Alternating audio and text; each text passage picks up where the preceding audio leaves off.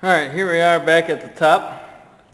We've got the new condenser here, and we are going to go ahead and get that positioned and installed right there.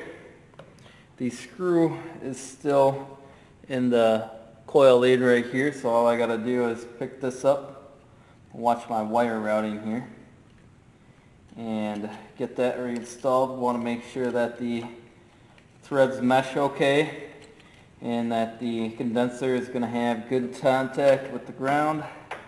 And I think we're going to put that wire over the top.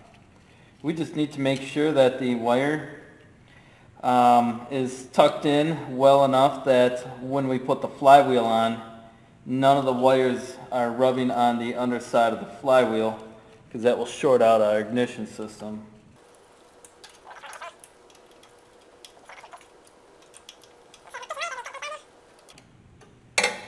You guys might not be able to see a whole lot here. Sorry. Not really good angles. See that? Okay, so this is the new condenser right here. Here's the lead for it.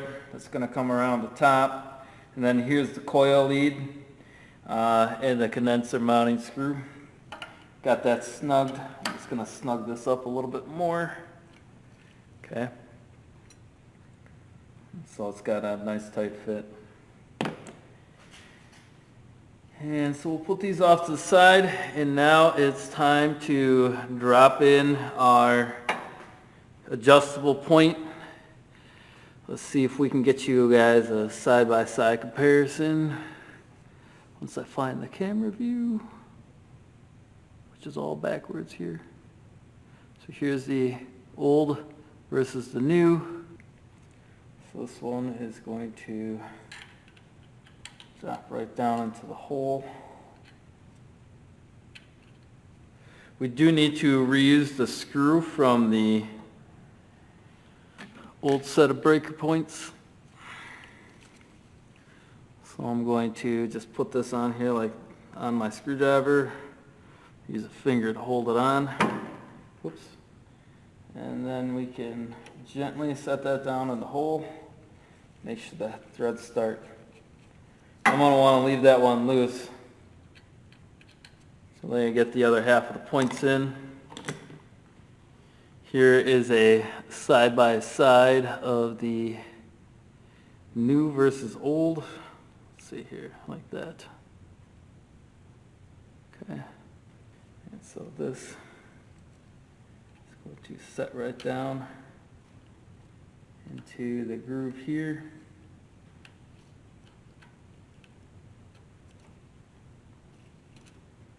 Make sure that's fully seated.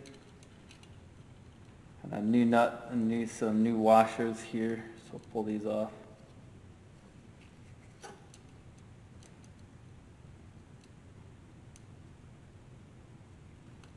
Come on. And so this is where I need to have that set. I'm going to kind of bring everything up, and I'm going to snug it up so that this movable point still moves. But now I've got to kind of push it around a little bit. That's too much.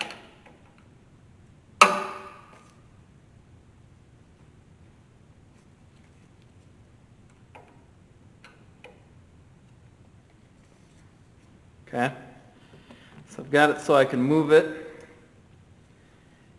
And then I want my contact point here hitting the high point of the lobe, which it was already doing that when I took it apart. And so now I need to put my points feeler gauge in there, push the points together, but not so much that I move the whole assembly, but just push it close so that there's no longer a gap between the 2 points.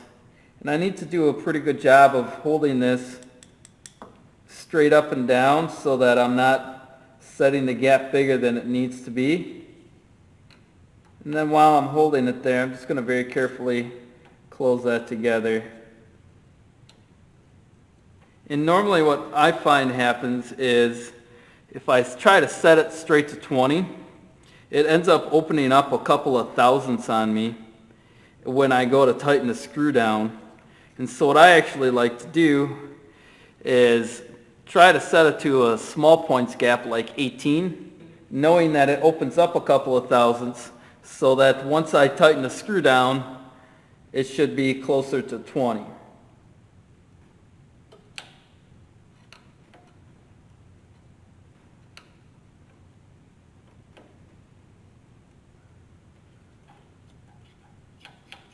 So right now I have a loose 18, but if I change my blade back to a 20, so here's my 20. Test that. I've got kind of a snug 20 right here. I use the 18 to set it, which loosens up when I tighten the screw, but my 20 is pretty decent here. This is one of those things where you want to take your time. You're going to have to set and recheck a couple of times to make sure you got it right, because the last thing you want to do is come back in here, because now your ignition timing is slightly early or slightly late because your point gap is slightly off because it's slightly big or slightly too small. So once we think we have a satisfactory gap, we're going to get our meter back out, reset that to continuity, and before we hook up our condenser wires and everything, we're going to want to make sure that as we rotate the engine over, the points actually make electrical contact, and then that they actually close and open. So same setup as before. Black lead on a good engine ground, red lead on the movable points lead here on the side of the breaker points box. And then I'm just going to slowly roll the engine over. And as the points close, we should have continuity. And then we should have out of limits again once they open.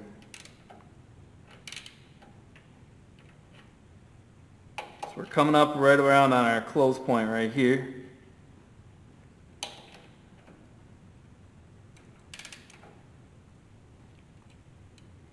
And there you go. We're closed. And then I will cycle it. And right about there, they open. So now we got out of limits again. We'll bring this around.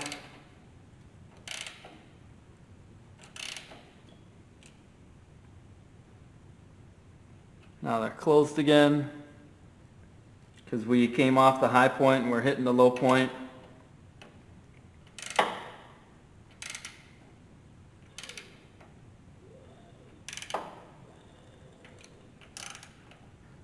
Right about there. They open again. Okay, whoop. Okay, so there you can see we've got good electrical connections and we have opening and closing of the points. And so now we would go ahead and start hooking up the leads and putting things back together.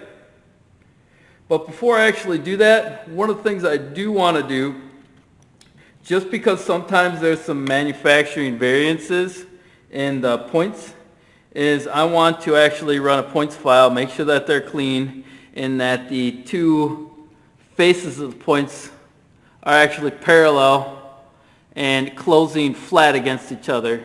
So I'm going to take my points file and I'm just going to file the points slightly. So I'm going to open up the gap. I'm going to put my points file in there if I can. I'm going to rotate my cams to the low point first.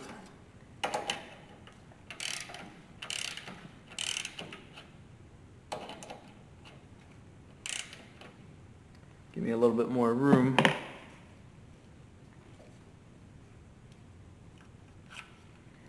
And I am just going to just make sure that those points are clean and ready to mate with each other. And all I'm doing here is I'm just, I've got my points file in the gap, and I'm just going up and down as straight as I can with them just hard to do it left-handed here.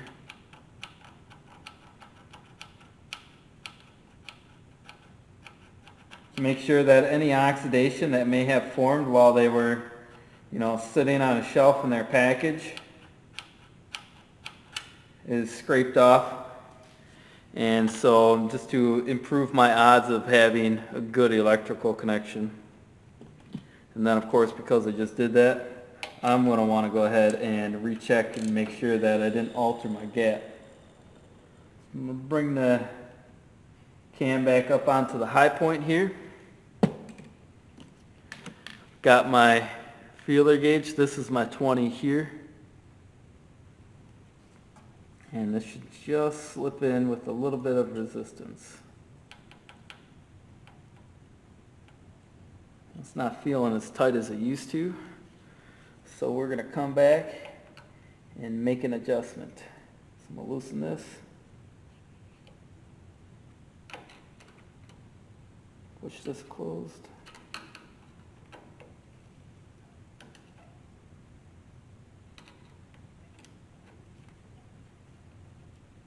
See if I can hold that closed.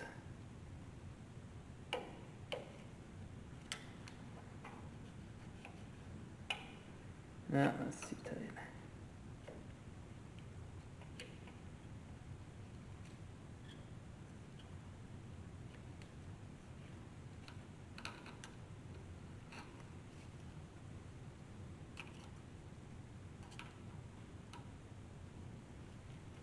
Requires a fairly steady hand here.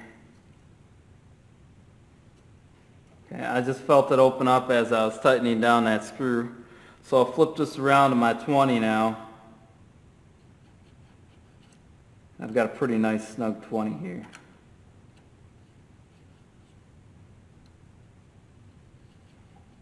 I don't know if you can hear that on the video. Got just enough tension, it makes a metal rubbing sound.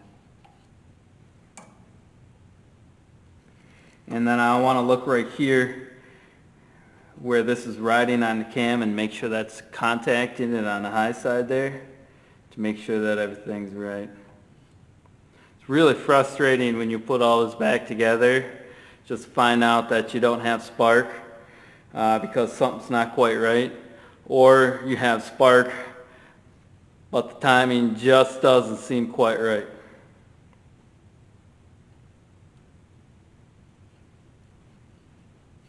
I like that. Give it a final check. You need the screw snug so it doesn't vibrate loose, but at the same time the material that it goes into is pretty thin and it's aluminum, so you don't need to go too tight on it to the point where you strip out the threads or anything.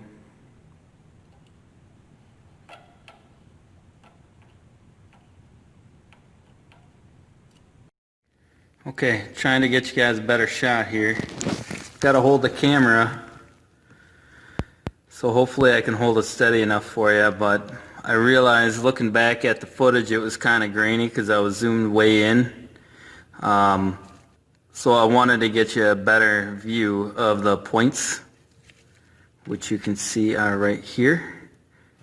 There's the movable one, there's the fixed one, and then you can see the ramp here, the eccentric on the crankshaft just below the nut. You can see how it goes thin and it gets wider. You can see it's labeled top. There's part number, and then right there you can see the point swiper right here riding on it, and I have it set to the widest part of the ramp right here where I just made the mark. That's where we want it set when we set our point gap, which right now is set to 20 thousandths of an inch at the widest point on the ramp. There's a little mark right here. Okay, usually that needs to be pretty close to the end of the wiper there. This particular ramp, a little bit further back, it does open up a little bit wider, so that's why I set it there. I set the point gap for the widest point on the ramp, so my maximum gap happens during the maximum height of the ramp. And so now I'm just going to take my wrench and I'm going to roll the engine over so you can watch the points open and close here and kind of get a feel for what's going on. I'll move my camera here, see if I can try to keep my wrench up enough that it's out of the way. Alright. Hopefully we can see everything here. And so the points are open. Oh, come on, focus.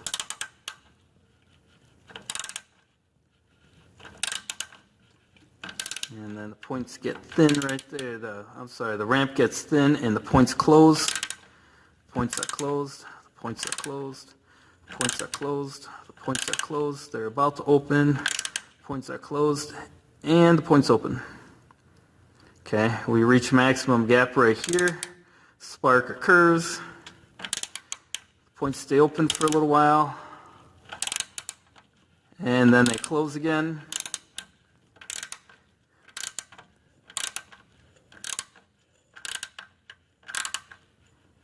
And then, bam, they open and spark happens.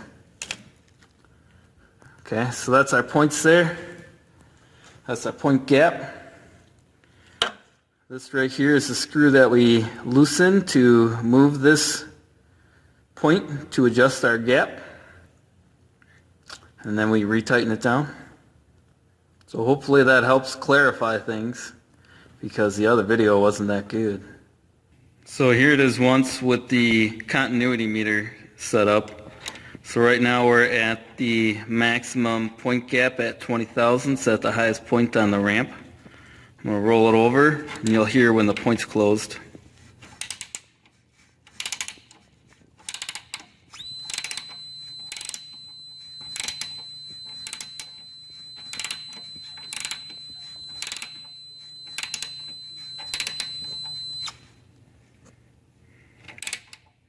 Okay, so there we can see that they're opening and closing.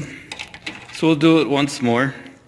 And the amount of time that the beeping is occurring is what's called our dwell.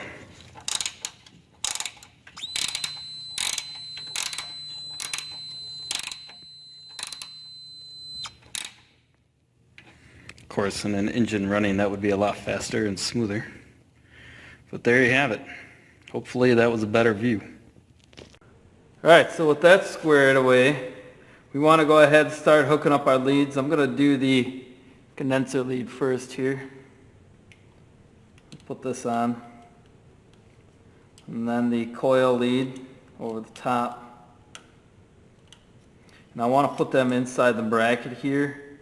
Make sure that they're not going to pinch or rub, short out, but also not stick up and get rubbed by the flywheel. And then we have our stop switch lead that needs to go on. Then we've got a new washer and a lock washer.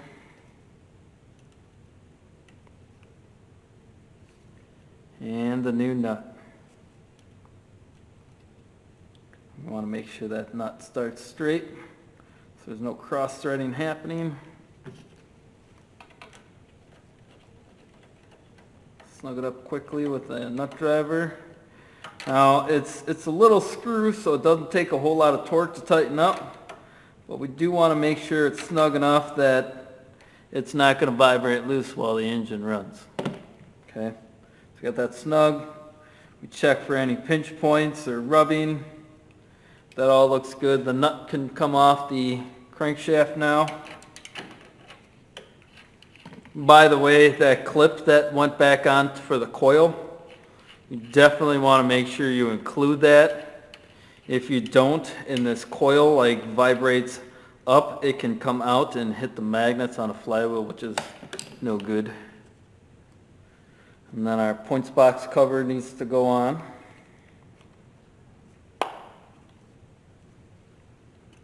And then our points box cover clip needs to get properly installed, like so. Again, checking for pinch points. Don't see any. And then we can put in the flywheel key. Make sure we put that in the right way too.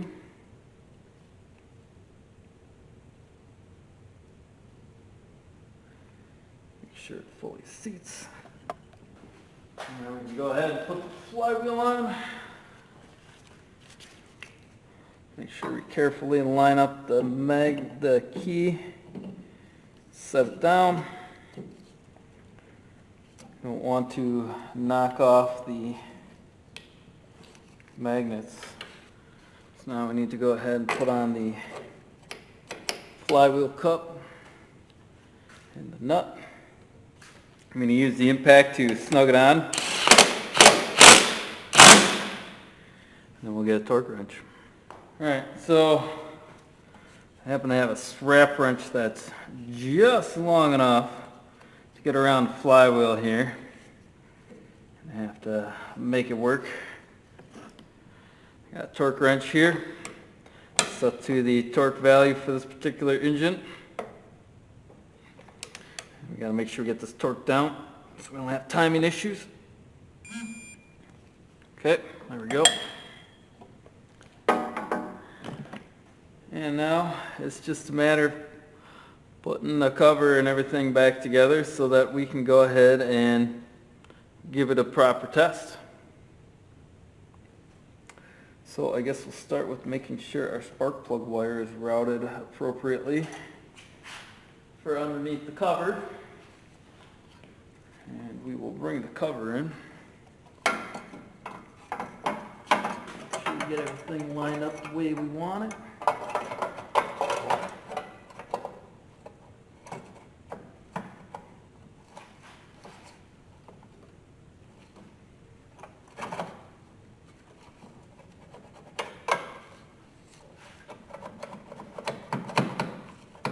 There, once we got everything lined up, it usually slips right in place with a little bit of wiggling and fussing. Go ahead and hook up the primer while I'm here.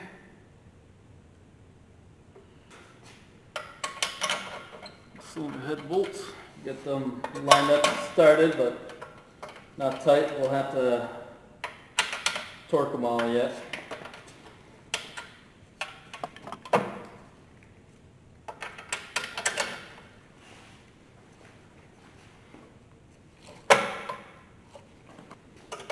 Side cover bolts, don't forget the, let me move you guys to a better spot.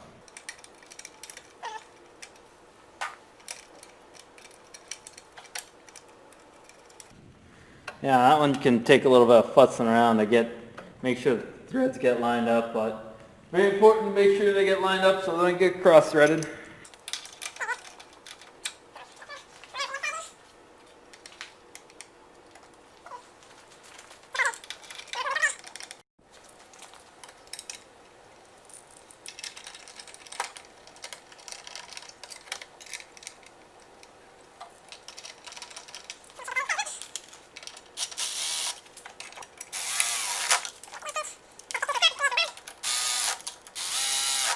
Just snugging them up. I'm going to come back and hand tighten them, but just running them down quick.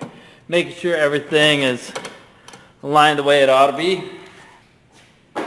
Around, get this one up here quick. Yeah, I guess this is where we're going to put it back down on the ground, torque the cylinder head bolts, and check our spark.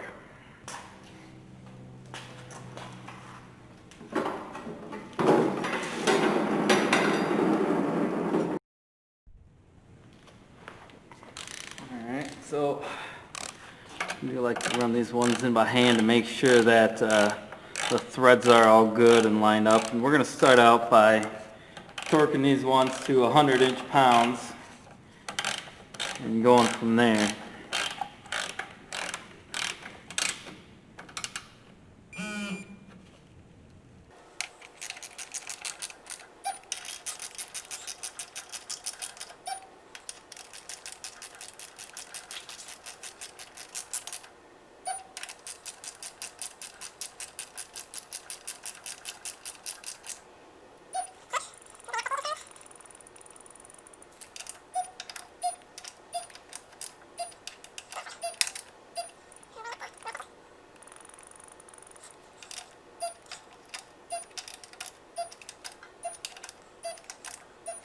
Alright, so those are torqued. Get a spark plug reinstalled. We'll just snug that up for the time being. We'll redo our spark test here. Move you guys around the wheel here.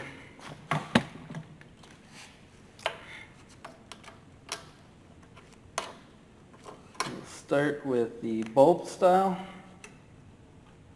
Make sure that that's off. Fuel is still off, so it shouldn't start on us. We'll see if we can zoom you in on the tester.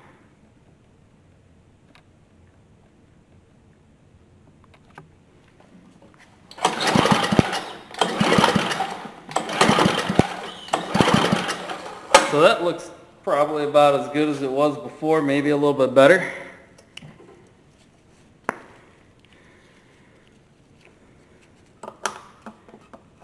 Hook up our other tester here. Put that back in the same spot. Make sure you guys can see it.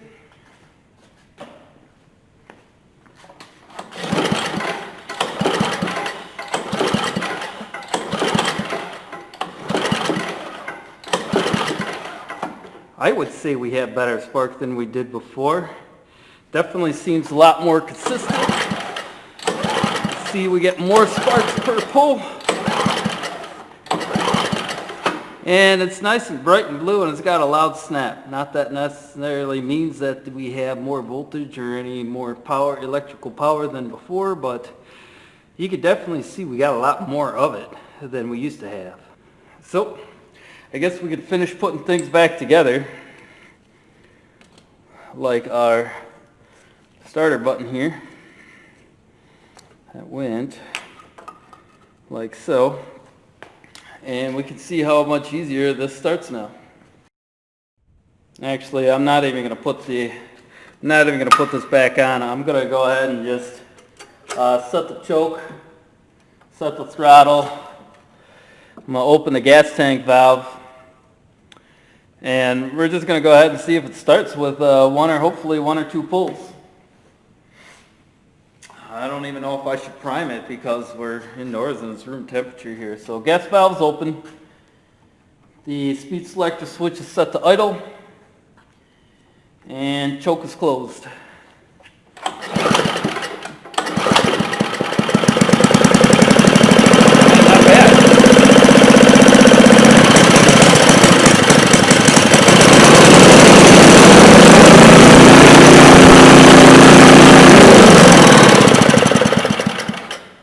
Okay, I was a little slow on the choke there, but a couple of pulls and it started. So not bad. That's definitely easier starting than it was before, and we definitely have more spark than we did before. Now with the new set of points and everything cleaned and adjusted once again. So I'll go ahead and do the final reassembly, and we'll move on to the next, which is just making sure that I think I'm going to do a cylinder leak down test just to make sure that the valves and everything is sealing the way it should, and not that I need to pull the valves and lap the valve faces and seats yet.